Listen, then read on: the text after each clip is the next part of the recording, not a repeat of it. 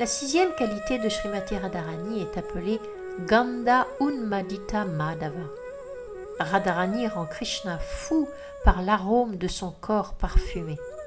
Dans ce monde matériel aussi, chacun dégage une certaine odeur corporelle, mais elle est souvent désagréable, non par notre faute, mais parce que des bactéries vivent et meurent en permanence dans le corps et la bouche, produisant une senteur désagréable.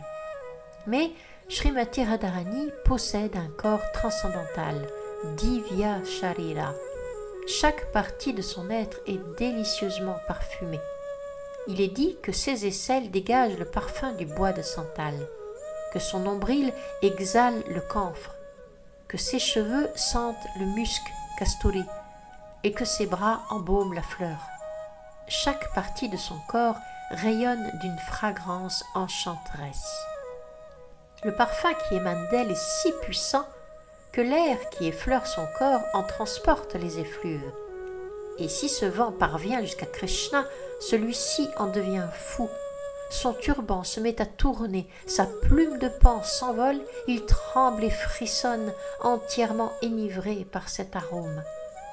En vérité, Radharani et Krishna possèdent tous deux cette fragrance corporelle transcendantale.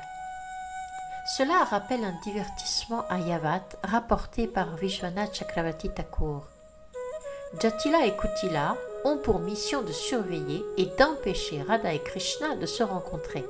Bien sûr, tout cela fait partie du jeu divin destiné à accroître la douceur de ces divertissements. Une fois, alors que Srimati Radharani était partie cueillir des fleurs et tardait à revenir, Kutila s'inquiéta et partit à sa recherche dans la forêt. Avant même d'arriver près du bosquet où Radha et Krishna se reposaient, elle sut immédiatement que Krishna s'y trouvait. Comment l'avait-elle compris? Parce que le corps de Krishna, tout comme celui de Radharani, dégageait une fragrance si envoûtante qu'elle s'écria « Ah, ce malicieux Krishna, ce trompeur, il est ici, je le sais, car je peux le sentir. Je sens ce parfum qui émane de son corps. » Dans ce monde matériel, nous mettons différents parfums sur notre corps. Mais du corps de Krishna, ces fragrances émanent naturellement. Alors immédiatement Kutila s'est crié « Oui, Krishna est ici, car je peux le sentir. »